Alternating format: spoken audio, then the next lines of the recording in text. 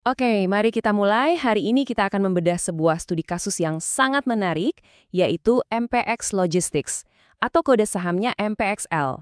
Anggap saja saya ini mentor Anda, dan bareng-bareng kita akan kupas tuntas apa sih yang sebenarnya terjadi di balik angka-angka perusahaan ini. Pertanyaan utamanya sebenarnya simpel banget. Apakah MPXL ini benar-benar sebuah perusahaan yang sedang dalam proses pemulihan yang luar biasa? Atau jangan-jangan ini cuma taruhan yang kemahalan yang harganya didorong oleh optimisme pasar yang berlebihan? Yuk kita cari jawabannya. Nah, ini dia biang keladinya. Ini yang bikin semua orang noleh ke MPXL. Harga sahamnya meroket lebih dari 155% cuma dalam setahun. Kenaikan yang segila ini kan pasti langsung memunculkan pertanyaan, apa yang mendorongnya? Dan yang lebih penting, apakah ini bisa bertahan? Untuk bisa menebak apa yang akan terjadi di masa depan, kita harus paham dulu apa yang terjadi di masa lalu. Jadi, mari kita mulai dari premisnya. Kita akan telusuri cerita di balik lonjakan harga saham yang fenomenal ini. Ini prinsip paling dasar dalam investasi ya. Jangan pernah cuma lihat harga sahamnya doang. Harga saham itu ibarat sampul buku. Kelihatannya bisa bagus, tapi cerita sebenarnya ada di dalam, yaitu di laporan keuangannya. Kita harus bedah isinya. Dan begitu kita buka bukunya, kita langsung ketemu bab masalahnya. Kinerja keuangan mereka di tahun 2025. Wah, ini tahun yang berat banget buat MPXL. Seberapa berat? Coba kita lihat angkanya. Kita mulai dari yang paling atas, yaitu pendapatan. Sepanjang tahun 2025, pendapatan mereka anjlok 36,7% dibanding tahun sebelumnya. Ini sinyal bahaya pertama yang sangat jelas. Bisnis utama mereka lagi kena tekanan hebat. Dan kalau pendapatan anjlok, efek dominonya ya sampai ke kantong paling dalam. Perusahaan akhirnya mencatat kerugian bersih sebesar 8,6 miliar rupiah. Ini pembalikan kondisi yang drastis banget. Coba kita sandingkan datanya biar lebih jelas. Lihat, dari yang tadinya untung 12,4 miliar di 2024, di 2025 malah jadi rugi 8,6 miliar. Laba bersihnya terjun bebas hampir 170%. Ini bukan sekedar turun, ini namanya jungkir balik. Skala masalahnya benar-benar signifikan. Tapi, cerita yang seru itu selalu ada plot twist-nya kan? Setelah melewati tahun yang begitu sulit, manajemen MPXL jelas nggak tinggal diam. Mereka keluar dengan sebuah rencana super ambisius untuk tahun 2026.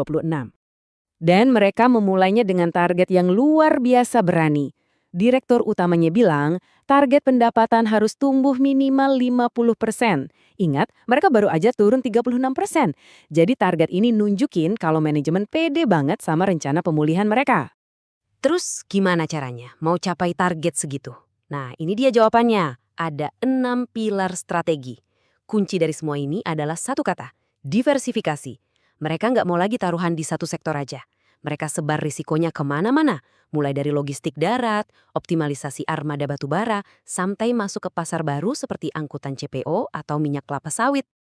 Inti perubahannya itu begini, kalau dulu mereka sangat bergantung sama proyek konstruksi dan semen, sekarang mereka punya banyak keranjang baru. Ada angkutan CPO, batubara, bahkan sampai transportasi limbah. Ini langkah yang klasik tapi cerdas banget untuk membuat bisnis jadi lebih stabil. Oke, kita udah paham masalahnya dan kita juga udah tahu rencana solusinya. Sekarang kita sampai ke pertanyaan paling penting buat seorang investor. Dengan semua rencana hebat ini, perusahaan ini sebenarnya layak dihargai berapa? Apakah harga di pasar sekarang ini masuk akal? Nah, disinilah letak paradoksnya yang harus kita pecahkan. Di satu sisi, laporan keuangannya merah, rugi. Tapi di sisi lain, kok harga sahamnya bisa terbang tinggi?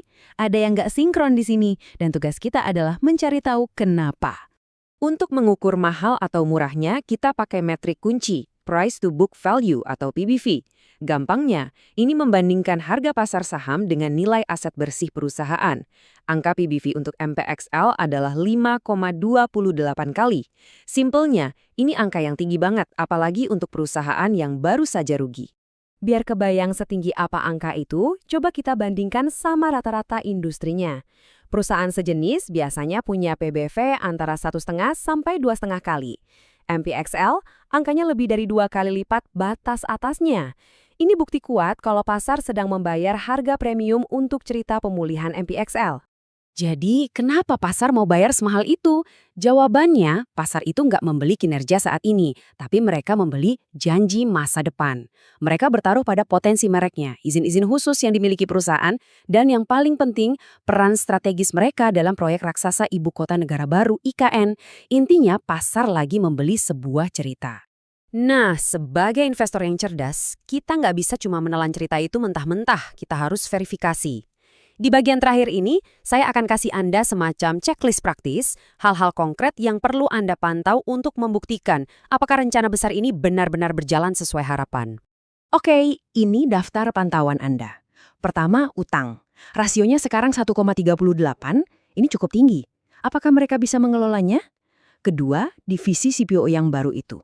Apakah benar-benar menghasilkan uang atau cuma rencana di atas kertas? Ketiga, eksekusi. Rencana optimasi armadanya jalan nggak? Dan yang paling penting dari semuanya, pantau laporan keuangan per kuartal. Angka tidak pernah bohong. Apakah pendapatan dan labanya benar-benar tumbuh seperti yang mereka janjikan? Jadi kita kembali lagi ke pertanyaan awal, tapi sekarang dengan pemahaman yang jauh lebih dalam.